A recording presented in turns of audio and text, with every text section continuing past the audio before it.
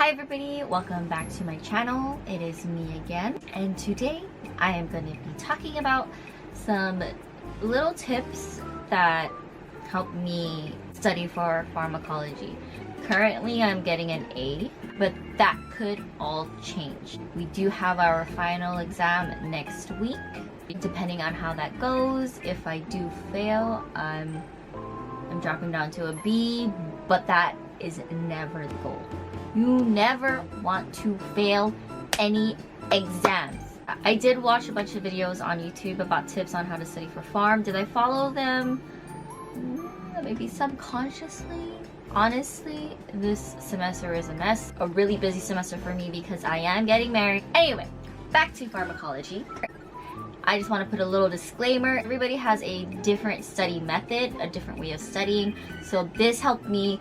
It might not help you. Honestly, the number one thing is to just study. To actually study and not make YouTube videos. Tip number one, to study. If you don't study, you really won't pass. You really won't even get the minimum grade. I mean, you might, but you also might not. So don't rely on that. And study. Tip number one is to study. I'm gonna be showing you one of my study guides that I kind of did. I like to do my own study guides, but our professor gives us things to know. And so from there, I kind of mess up my study guide and kind of just throw everything in there. And that's really what helps me. Definitely colored pens. I didn't believe it until I actually started doing it. So this is my study guide. I'm not too sure if you can see it. So what I did was I would write on the side, I would answer the question. I definitely recommend doing it in different colored ink and actually writing on the study guide. Don't write on a separate piece of paper unless absolutely necessary. Write on your study guide. Back, it's a mess. And then on the side, if it didn't fit, I would write it up here. These little things here are sticky notes, but I stapled them to my study guide to ensure security and that they will not fly off of my precious study guide. I do look through our professor's slides and I do look through the book. So for tip number two, I want to say study groups. I actually prefer to study alone. If not, I will be okay with one other person there, maybe two at the most. Definitely it's good to have another brain there to ask questions, to kind of discuss things about things like what do you think the professor's gonna ask? If you see me studying alone, don't feel sorry for me. I like it that way. Now, tip number three, I want to say study literally anytime you have. Study in the bathroom. I actually bring my study material to work. You're in line waiting to get your driver's license renewed. Bring it and study for whatever time you are in the line. Or eating out. Bring your study guide.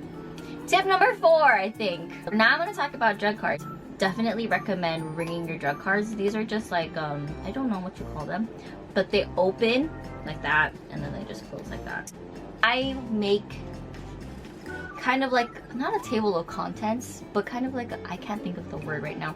But on this first index card, right after you turn this index card, these are going to be the drugs until the next card like this, if that makes sense. I have the class, I have what it does. Obviously it interferes with blood clotting, so that's what I put here. And then down here, all of these pink highlights that I did, I don't know if you can see it, all these pink highlights that I did, those are all the names of the drugs these are the ones that our professor wanted us to know when we were making our drug cards. So those are the names of the drugs. Right beside it, I would put what category it is, especially if it's category X. So for Coumadin or warfarin, that one is category X, and that is what I put up here. If there's a noticeable difference in the drugs, even though they're in the same, category, I would put that down here, right underneath the name, especially difference in like the MOA or a difference in, just a difference that you can easily remember the drug by. So this is really easy to kind of just look at, read, and then look at your next one, so make for every class that you have. So my next tip, if you can put together paper or Google maybe drug endings. This is just the paper with all the drug endings. This is what our professor gave us. So for example, Cillin, right? So that would be the ending of the drug name. If it ends in Cillin, it's the likely drug classification is an antibiotic. And then she put examples, so like bicillin, penicillin, or information to know.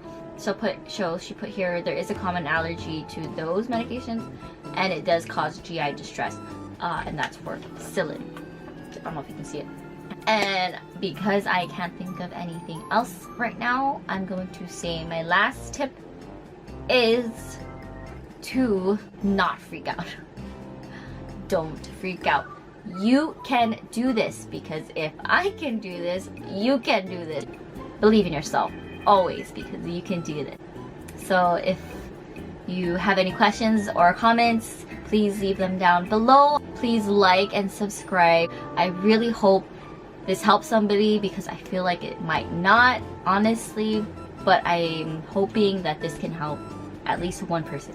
So thank you. See you in my next video. Bye.